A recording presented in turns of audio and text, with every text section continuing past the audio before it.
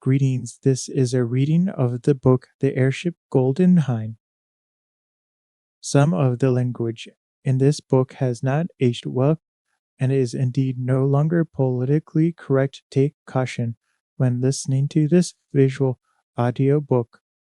Footage and photography are provided by Photations.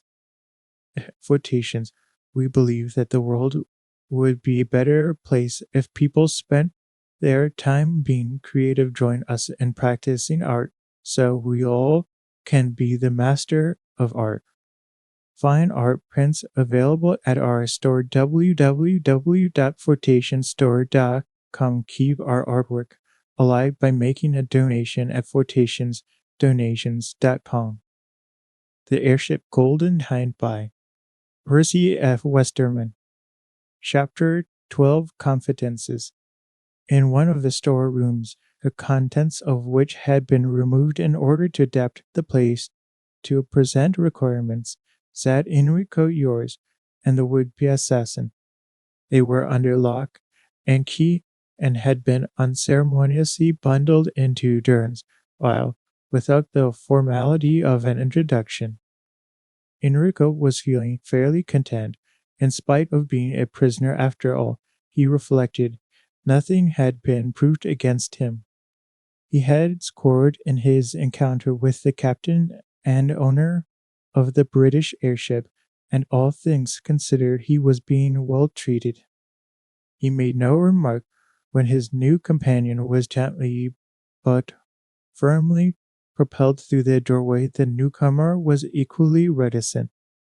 So the ill-assorted pair, one rigged out in the nondescript garments of a low-class inhabitant of Gibraltar and the other in European clothes and a tarbouche, sat in opposite corners of the limited space.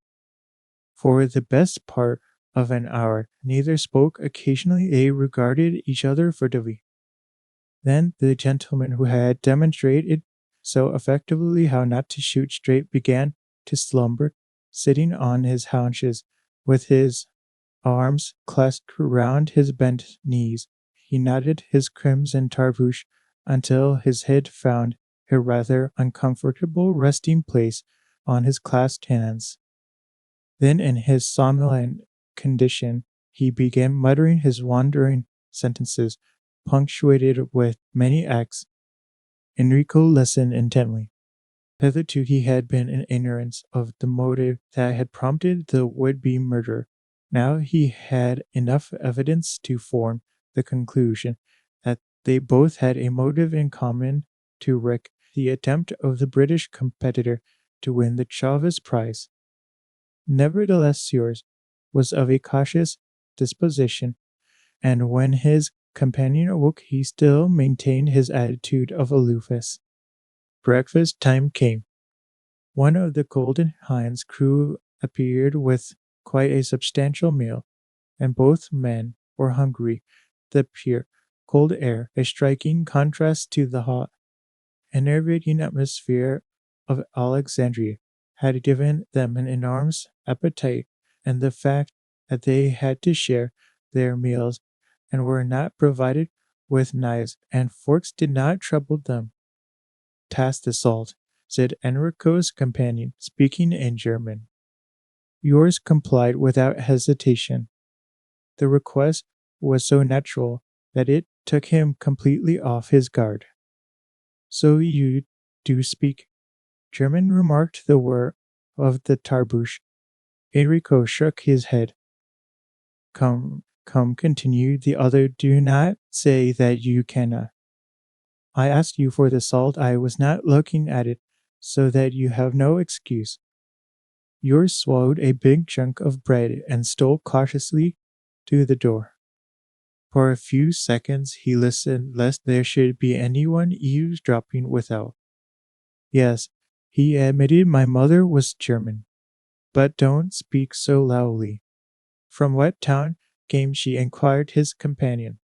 From Lübeck, he replied. And I come from Immerstadt. I am a Swabian, and my name is Otto Freising, announced the German. What are you doing here? I am not here of my own free will, said yours, guardedly. He was rather inclined to shut up like an oyster, but his semi-compatriot was persistent. I suppose these Englishmen will hang me, remarked Otto. My one regret is that I did not succeed in my attempt. What attempt? Asked Enrico, innocently as a matter of fact he knew, having watched the shooting affray. Otto told him. The trouble is, he added, I've been paid for this business. 10,000 Egyptian piastres. I had a banker's order for that amount in my pocket. Will they search me? Without a doubt, replied Enrico, whose knowledge of British criminal courts was of a first-hand order, but in a way, you are lucky. You were paid, I succeeded, you failed.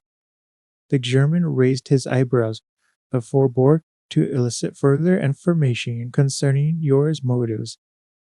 My difficulty, resumed Otto, is what I am to do with this banker's order.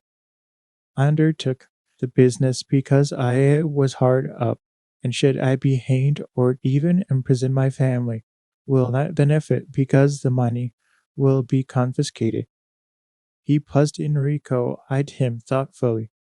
He would willingly rob anybody. Now was a chance of enriching himself at the expense of his semi-compatriot.